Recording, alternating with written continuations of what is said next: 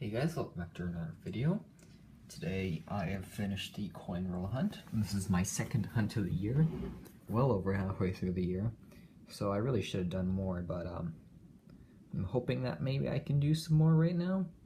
There is going to be a time pretty soon where I will be on vacation with my family, so there will definitely be no videos probably during August. I kind of feel bad about how I'm not releasing any videos this year, but that's about all I can do. So let's start with the 2009s. There were 5 total. 1 birth and early childhood. Let's get that to focus. 3, 4 I wrote that wrong. This is a professional life here. It looks like I tried to write formative years. And this is the presidency. For the Canadians, there were 22 total, along with 3 particularly interesting ones, all obviously because they are older. Here's a King George VI penny. It looks pretty nice on the detail side of things. It does have a strange red tint to it, but that's actually a pretty nice coin. There's 3 others, which are a 61, 63, and 64, all being the young head portrait. 63 is the nicest in my opinion.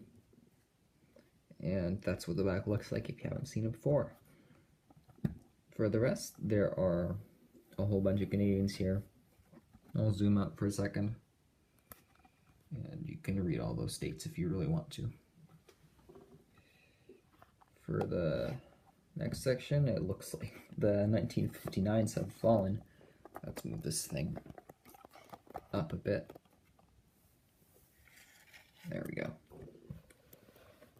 So there were 2 Philadelphias and 4 Denvers. The nicest one on top. It's not on top anymore. I think it was though. There's a 60 small date. There's a 1971 here with a very strange one. I'm not going to be able to get a clear picture here, or a good enough one. So that's why I'm going to slip in one right here that shows that it is actually post-mint damage.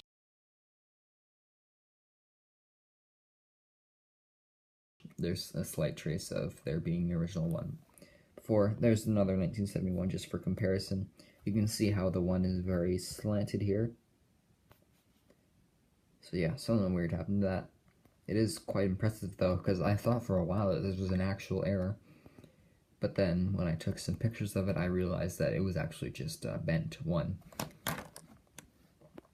Here's a bunch of other oddities. This one's somehow been smashed. I don't know. This one's been scraped a lot. Most of the zinc is showing. There's a squished one, I think. Something's weird with the rim. I assume it's been squished. And then there's this 1980 that has some gold paint on it. So it's just a neat one. Here's the S-mints. This is probably the most S-mints I've ever had. And most of them are just one date. So here's the 68S. Looks pretty nice. 69S. 69S. And another one. And another one. Another one. There's 5 1969S's, which is a lot. Unfortunately, none of them are the doubles dies, but yeah. And then there's a 1970S. No idea if it's a small or large date, because it's pretty badly beat up. And then 2 1974S's. We have both varieties of the S. This is the Blob S, and this is, I think that's just a Serif S. For the uncirculateds, we have 1. I only show the 60s, and it is 1963 in absolutely beautiful condition.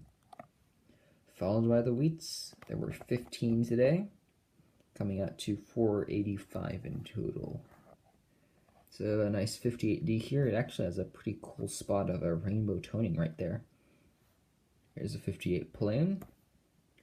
57 Denver with a similar complexion. You can see all those purples and blues coming through.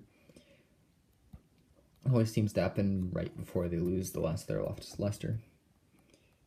Here's a 57 plain. Whoops. It's been shifted a little bit, but that's a 56 Denver. For some reason, the 6 is very weak in it. I assume that's some sort of grease strike.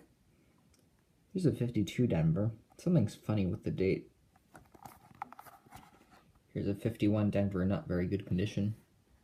And a 48 in very nice condition, actually. For some reason, this always happens with the 48s, I find. They always look particularly good.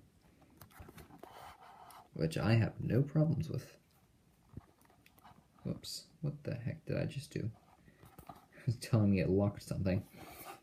Anyways, next we have the 44, the wheat that everybody finds, and a 41, which is a bit of an older wheat.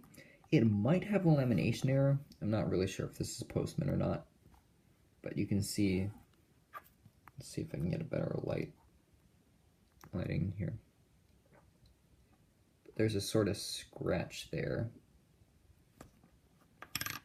Yeah, I don't think I can get it, but yeah, you can see it pretty clearly right there. It might be a scratch though. It probably is.